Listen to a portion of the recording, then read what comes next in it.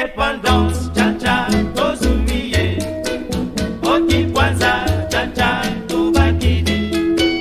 Au table ronde, cha-cha, bagagné. Onipanda, cha-cha, tozumiye. Indépendance, cha-cha. Au Sénégal, la pêche artisanale s'est positionnée comme un secteur stratégique dans la dynamique de promotion de l'emploi des femmes et de leur autonomisation. Imaginez-vous un Sénégal sans un budget. S'il n'y a plus de poissons au Sénégal, qu'est-ce qui va se passer dans ce pays? Et on va vers ça, parce qu'ils sont en train de transformer nos eaux en désert liquide. Et les usines sont en train de pousser les gens à faire cette surexploitation, à récupérer les produits pour les donner à des animaux. Nous voici sur un site de transformation artisanale dans la commune de Joal-Fadiout, à 125 km de Dakar. Autrefois grouillant d'activités, ce site nommé Helcom est aujourd'hui réduit à un triste silence, témoignant de la dure réalité des femmes qui y trouvaient leur gagne-pain. La rareté du poisson s'est fait sentir surtout ces dernières années. Notre travail n'est plus rentable et cela nous inquiète. Les usines et les bateaux sont la cause principale. Il n'y a pas de matière première et on n'arrive plus à assurer la dépense quotidienne alors que la famille compte sur nous. Chômage, reconversion forcée, éducation des enfants compromise, migration clandestine.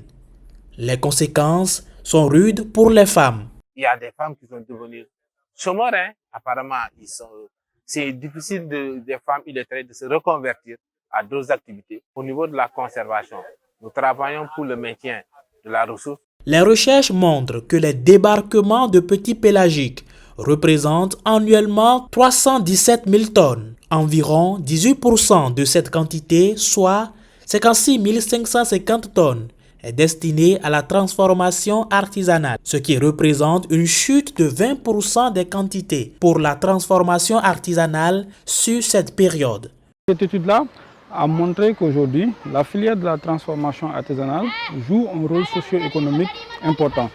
C'est une filière qui emploie des milliers de femmes, c'est une filière également qui contribue à la sécurité alimentaire nationale.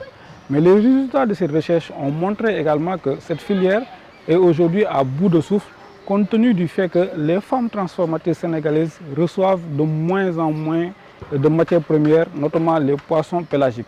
Ce fait compromet leur contribution à la consommation nationale de poissons. La situation est encore plus alarmante ici sur le site de transformation de Tann. Il n'y a qu'un four où il y a un peu de poisson.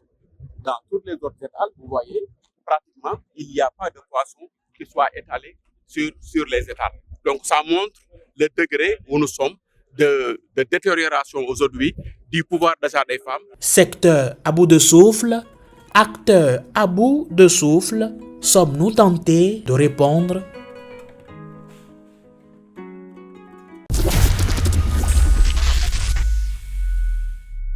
Indépendance.